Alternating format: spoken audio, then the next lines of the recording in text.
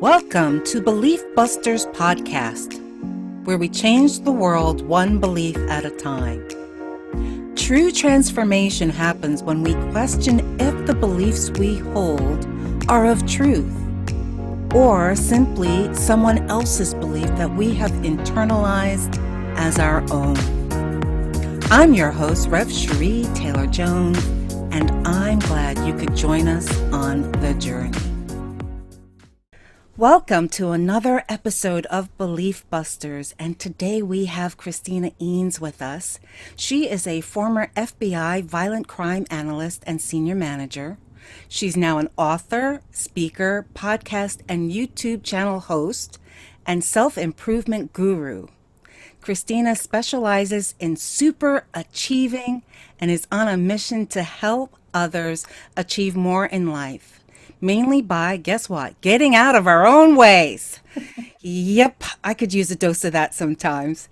And currently, she does this work through her books, podcast series, professional development courses, and keynote speeches. Christina's newest book, Life is an Escape Room, applying lessons learned from successful escapees.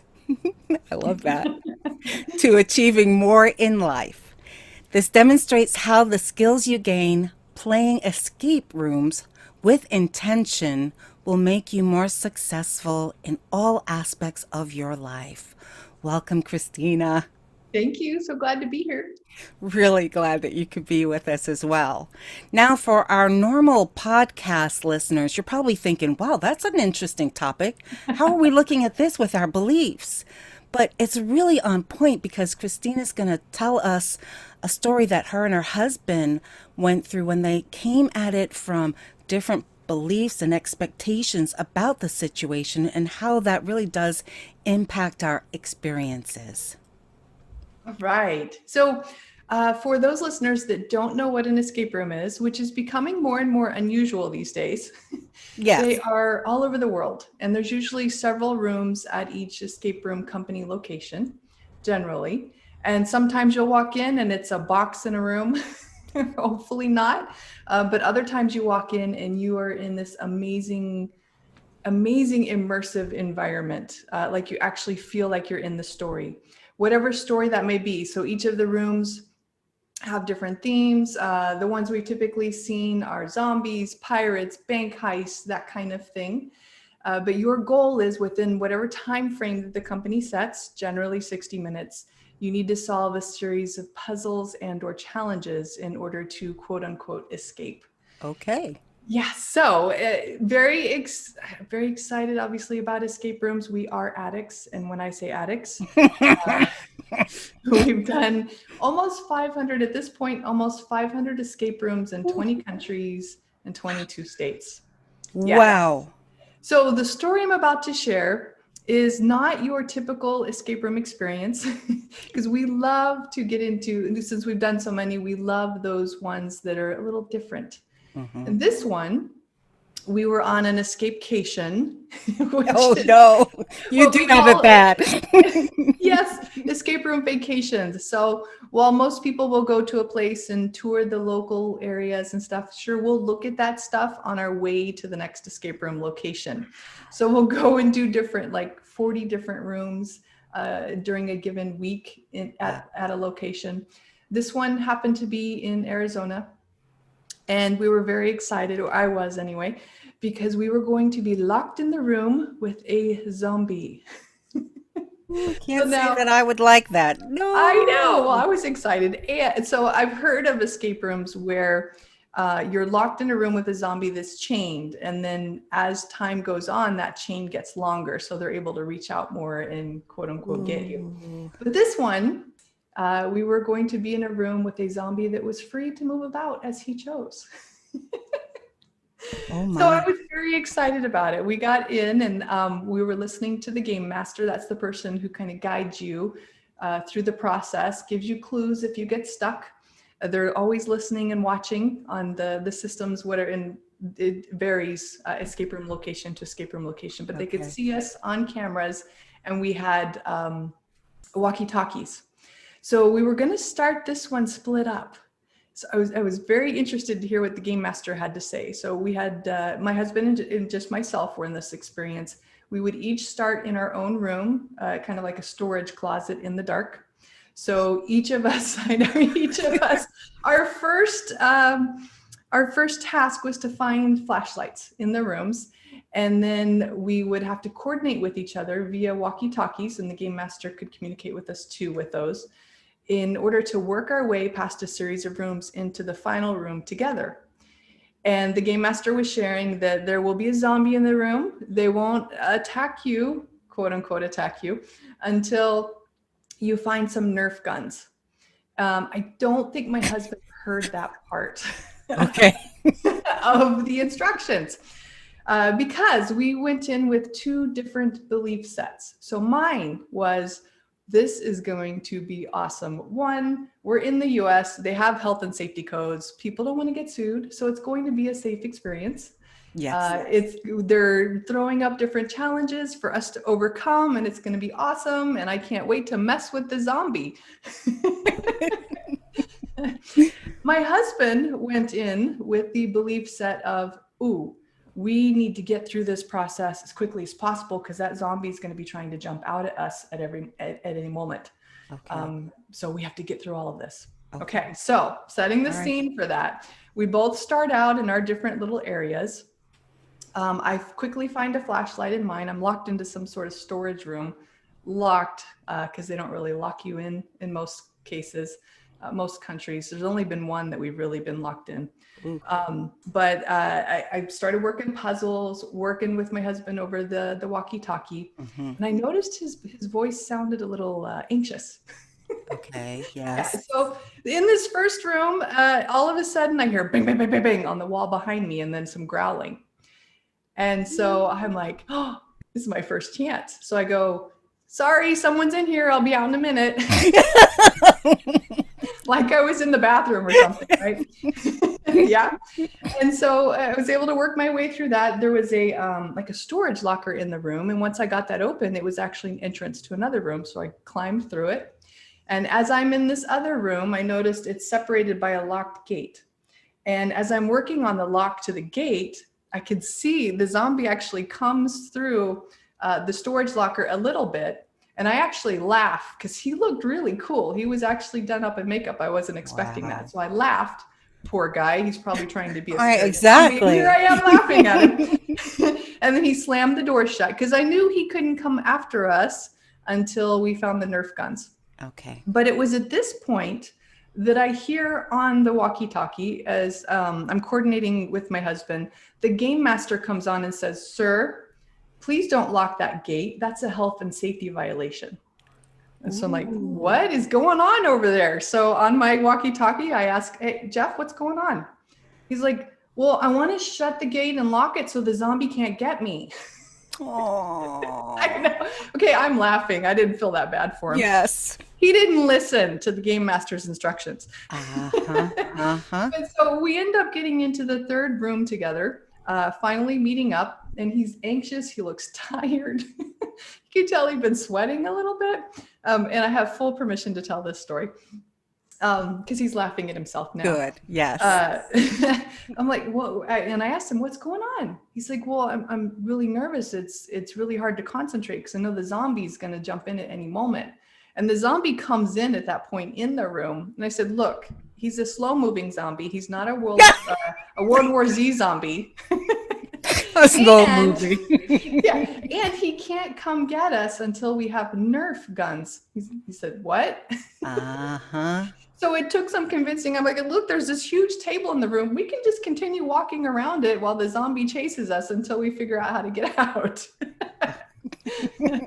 So we did end up getting out with like 2 minutes to spare before the time's up. Yes, but it was a very interesting experience because we had both gone in with completely different beliefs on how the expectations on how that situation was going to happen. Yes. So that created our reality, the reality that we experienced, right? And when we walked out of there, I was excited. We had, I think, 4 more rooms to do that day. And I was, yeah, let's go do this. And he needed a break. He needed a snack and a nap. Yes. Poor guy, he did. Same exact experience. Two Yes. different people went in with different viewpoints on how it would go. Right. Fascinating, isn't it? And that's Yeah. why I love escape rooms, is because we get to see ourselves, if we do them in with intention, we get to see ourselves, how we behave in those situations, and we can Hmm. set intentions for changing that when we go into the next one and work on ourselves while having fun. That's great. It really does sound like you're doing some self-awareness work. You're Yes. doing some emotional intelligence work. Yep. You're looking at what beliefs am I holding as I'm working through these challenges. Yes. And then here's the thing that I love. You get to then create new beliefs to allow you to be successful in these challenges. Yes. Booyah! I know, it's amazing. And it's funny too. And this happens every time. I have to remind myself, especially when we get down to 5 minutes left in the room, Hmm. in whatever room we're in, and you look around and it seems like there's so many puzzles you still have to get through. We get to work on this a lot, because it gets down to the last few minutes. And I remind myself, just what you were saying reminded me of, that mindset that we get into of, oh my gosh, I've only got 5 minutes. I, it's not going to happen. I'm just going to give up. Hmm. Instead, with that emotional intelligence, you know what? No, I'm going to keep working, because 5 minutes can feel like a long time and you can get a lot done in 5 minutes. So let's just keep going. Nice. Um, just another example of what you were saying. Yeah, that's nice. So what are the three key lessons about life that one can learn from escape rooms? Awesome. Yeah, so that's what I cover actually in my speech. Perception. We can learn a lot again about how our beliefs impact how we see the world, and we Hmm. can work on them. And escape rooms specifically have a lot of puzzles to play with how your mind gets in the way. Your cognitive biases, all of that stuff, they purposely manipulate that. And the more that you practice and overcome those in escape rooms, the better you are at spotting that stuff in real life. The Nice. second one would be emotional intelligence, especially when you have 5 minutes left on there, right? And when you're working with other people. And then that final piece is communication, especially when you come down to a time crunch. It's amazing what personality types come out when you get into an escape room. Competitiveness, especially when you're working in some sort of team. And that's traditionally how escape rooms have been used, for team building and working on communication. So it is a great playground for that. It's really helped my husband and I. How did you get into escape rooms and how did you get to be this kind of level of, can I say, obsessive with it? Yes, very obsessive. It was funny. It's for our daughter's 21st birthday. Okay. Um, I thought she'd want to go to like Vegas or something, something Yes, typically you would do adult. over 21. Yeah. But she wanted to go to Harry Potter World in Orlando. So we're Oh, like, hey, okay. So we went down there, and we had an off day where we didn't have anything planned. And she was looking through different things near us. And she said, oh, there's something called an escape room near us. I want to go try it out. And I was like, that sounds kind of silly. mhm. Locking yourself in a room to solve puzzles. I mean, we got board games here. We can just do that Yes. here. That doesn't make sense. But it's your birthday. Let's go try it. So we went and did one. We went back 2 days later and did three. Ooh. And now 4 years later, we've done almost 500, and she's done almost about 100 with us. Okay, wow. So she's Of really in those. there with you. Yep. And my mother, we've taken her. She loves it. My husband's parents are. We've shared the love. Okay, that's great. So when you're in the escape room, what does it teach you about emotional intelligence? Oh, yeah, definitely. So emotion. I like to use Daniel Goleman's model of emotional Hmm. intelligence, right? Hmm. Self-awareness, self-management, social awareness, and then social skills. So you get to work on all four of those different levels. Self-awareness, if you go in with intention, you're very much aware of your emotions and how they are impacting frustration, anger, fear, and then you're able to work on, in a safe environment, managing that. So at that level, and Nice. then also you're able to work on being aware of other people's emotions and what they're experiencing as you're going through this and interacting with them. So focusing on the self first, I purposely have put myself in multiple situations that I was fearful of so that I had to work through those. Being locked in a coffin, locked again, right? Yeah, no, So, I'm not ready for that prime time yet. it's funny. I actually didn't, I was nervous about it, but I didn't think I would be fearful. But Oh, once, because they put a hood on us first and we were handcuffed. okay. And so once that lid shut, it just felt like, oh, Yes. I didn't think I was going to. So that surprised me. I'm like, wait a minute. Okay. This is what I teach, working through these experiences. So I had a moment where I was like, okay, I'm done. I don't want to do this. I'm like, nope, Chris, stop. Just breathe through this. And literally about 90 seconds later, I was fine. I actually rolled over and was playing around in the coffin. Oh my gosh. But you're able to put yourself in those situations. And then also monitoring others. So I taught my husband about amygdala hijack Hmm. and how to monitor our emotions and how to make sure that we're sitting more in the rational part of the brain versus that limbic system part Yes. of the brain where we're more in fight or flight. And so we have a little symbol because I use a rational defensive continuum. Have you heard of that? No, I have not. To teach that. So it's a triangle.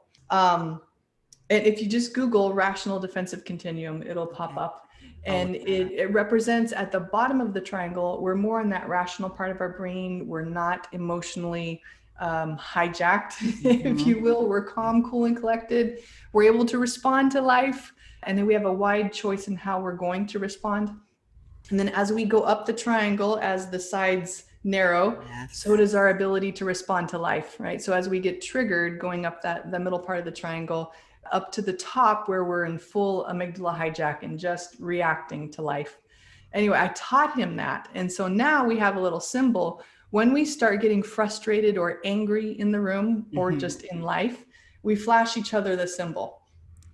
So that's two things. One, if I'm flashing it at him because I notice he's getting a little irritated or antsy, Yes. it's, hey, I noticed you're having a little trouble controlling your emotions. Why don't you take a break and cool off? Otherwise, you're going to be no good to us in this room Got or it. in life, over anything. Yeah. And then he'll flash it at me if I tend to get that way and I'm not noticing that I'm getting kind of snappy.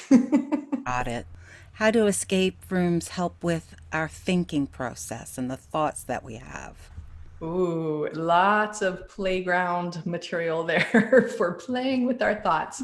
So, one is really paying attention to the voices in our head, essentially, when we're going to that escape room. When we're really focused, you don't actually hear them because you're in flow. Mihai Csikszentmihalyi's version of flow, right? Where you are Yes. focused, time seems to go by without you look up and 40 minutes have gone by, right? So when you can get yourself in that mode, you don't hear the negative voices, you're completely focused on task. But when you're not, when you're in that room and you hear those little voices, oh, you know what, that was stupid, I should have thought of this. Uh-huh. Or I can't believe he said that, or she said that, or why are they behaving that way? Then we can stop and go, wait a minute, that's my brain, that's my little gremlins or saboteurs or whatever you want to call them, kind of getting in the way. It's Right. time to kind of push those aside and get focused on the task at hand and dive in and thank my brain for trying to help me, but just tell it needs to get out of the way. Awesome. Awesome. It sounds like I'm going to have to try one of these escape rooms. Yes, you haven't done one I've yet. no, neither my husband, and he's pretty much the adventurous one out of the two of us. Ooh, So it sounds like something that I'm going to have to put on the list. yes. So now, right now in our world, right, with the pandemic and all the security measures, the ones in the US that are open, it's private room only. Because usually in the US pre COVID, you could sign up for a time slot. And unless you bought out the whole room, Right. then you were going to be stuck with strangers if they signed up at the same time. Right. Not that that's a problem, because that could end up being very fascinating and interesting. However, we really like to do private rooms. Right now, all the rooms are private. So it is the perfect time Oh, to so do that's a an escape bonus. room. Yeah. Yes. And they have deep cleaning procedures. It's very safe. The other thing is escape room industry is amazingly in what is it? Ingenuity. I can't remember the quote. Human ingenuity comes out of adversity or something. Yes. They have started doing virtual escape rooms, like via Zoom. So like you would log in and I would go around the room per your direction and look at things and enter codes in per your direction. I would basically be your physical presence in the room. So we have really taken advantage of that, doing rooms in countries that we really don't intend to visit. Like we've done, just in the last couple of weeks, not that we wouldn't intend to visit these, but we've done in Canada, Lithuania, Poland. Mm-hmm. Yep. Some fabulous experiences that we do right through Zoom. Over the weekend, I'm going to be looking this up. There you go. Livevideoescaperooms.com has a nice directory. There's other ones out there, but that's the one that we use. Thank you. Thank you so Sure. much. I appreciate that. So 2 things before you go. One is, can you tell us about your other book? I think that it's Quit Bleeping Around. Is that right? Yes. Yeah. So my first book was Quit Bleeping Around. And that's 77 secrets for super achieving. It's just little tidbits, little short chapters on different things you can do to achieve more in life, whether it's tangible or intangible. I'm not talking about just going after trophies and money, right? Achieving happiness or whatever you want to achieve. And then actually the second book is Secret to Sober Productivity. And that was born out of, I realized I get a lot more stuff done than the average person. Mm-hmm. And I really started looking at how do I do that? And it's because I manage my energy, not my time. And it has a whole system for how you can look at your energy levels, almost like a bank account, and how to make deposits and how to try to minimize those withdrawals. Okay. I see a future conversation with us on that one. I think that could really change people's lives. I mean, what a concept of moving from a societal norm to really something that's very creative and supportive of us as energy beings. There we go. Yeah, I like that. I like that a lot. And so the last question then is, what do you do when you work with people, and how can people get in contact with you? Oh, thank you. So mainly what my company does is I have some instructors and coaches, and we supplement the professional development efforts of companies. So we have a whole catalog of, I hate calling them soft skills training, but like emotional intelligence, coaching, accountability, feedback, that kind of types of training. Right. It supplements companies already, the professional developments that their catalog that they have at their company. The other thing is I'll go do speeches on the books. And then of course my YouTube channel and podcast. All of that can mainly be found through ChristinaEanes.com. Okay. ChristinaEanes.com. Terrific. It has been actually fun. I can't say that I've laughed this much on another interview that I've had. So this has been really joyous. And I just really love the creativity and fun that we can have as we challenge our beliefs and we challenge, what our triggers are and create anew. Yeah. I mean, life's hard enough. We should have fun developing ourselves, right? Amen. Amen, sister. Thank you so much for joining us, Christy. Oh, thank you. All right. Well, that is our episode on Belief Busters. I'm so glad that you could join us. See you next time on the flip side. If you are enjoying these conversations about assessing your belief systems and how to transform outdated beliefs, then please subscribe and give us a positive review.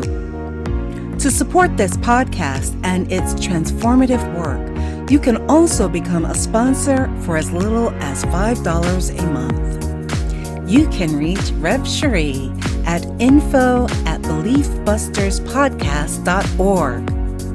To continue on this journey of evolution, you can also get my book, Turning Your Why into Why Not, at Amazon or any other bookstores, which gives you practical tools to do this work. See you next time on the flip side.